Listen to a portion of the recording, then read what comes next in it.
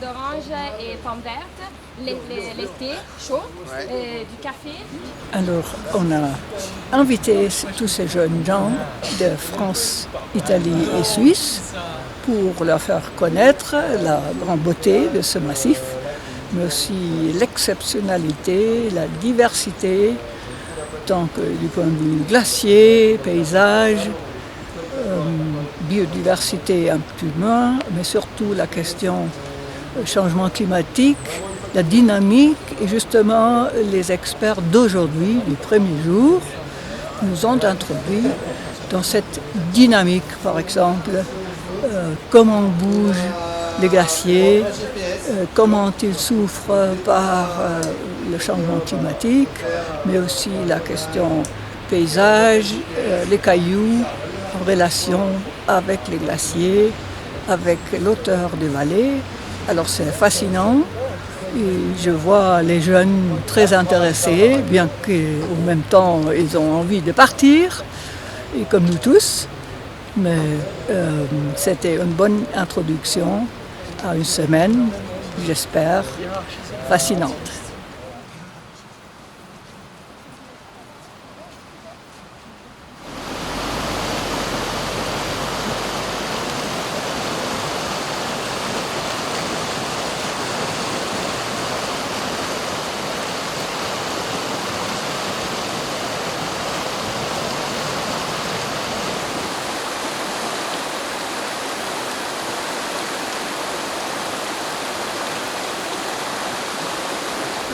Mont-Blanc a été fondé il y a 25 ans par des associations environnementales et alpines de France, Italie et Suisse, parce que les ministres de l'environnement des trois pays avaient proposé de faire un parc international du massif du Mont-Blanc.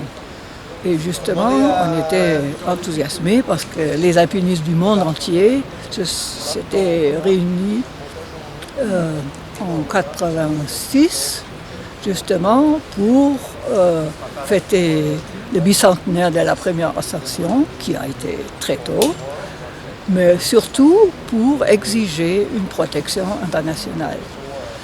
Donc, il y a eu une étude de faisabilité, et les ministres étaient tous enthousiasmés, mais les élus locaux avaient protesté. Ils ne voulaient pas une réserve d'Indiens, mais ils voulaient bien coopérer, comme d'ailleurs ils ont fait pendant des siècles, pour protéger le massif et faire un développement durable.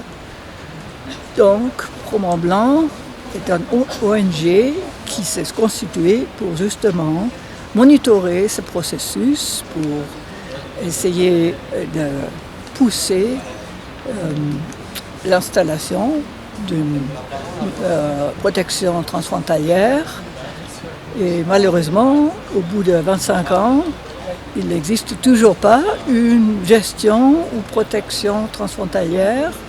Mais bien sûr, il y a eu des progrès, des petits progrès, d'une part de coopération, d'autre part des protections locales et nationales. Mais Pro-Mont-Blanc est là pour justement surveiller et rappeler cet objectif original, la protection transfrontalière et une gestion plus durable. Je ramasse tous les déchets que je croise au bord de la route et des chemins. Donc il y a énormément de mégots, des bouts de plastique, des lingettes. Soit ils n'ont pas conscience de l'impact, soit ça les encombre et ils n'ont pas envie de se préoccuper de ce que ça peut devenir. C'est encombrant.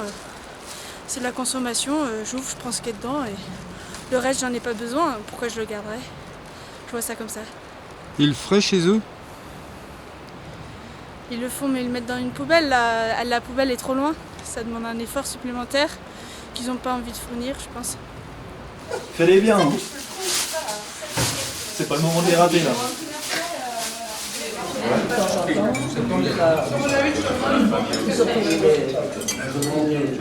Conseiller communal.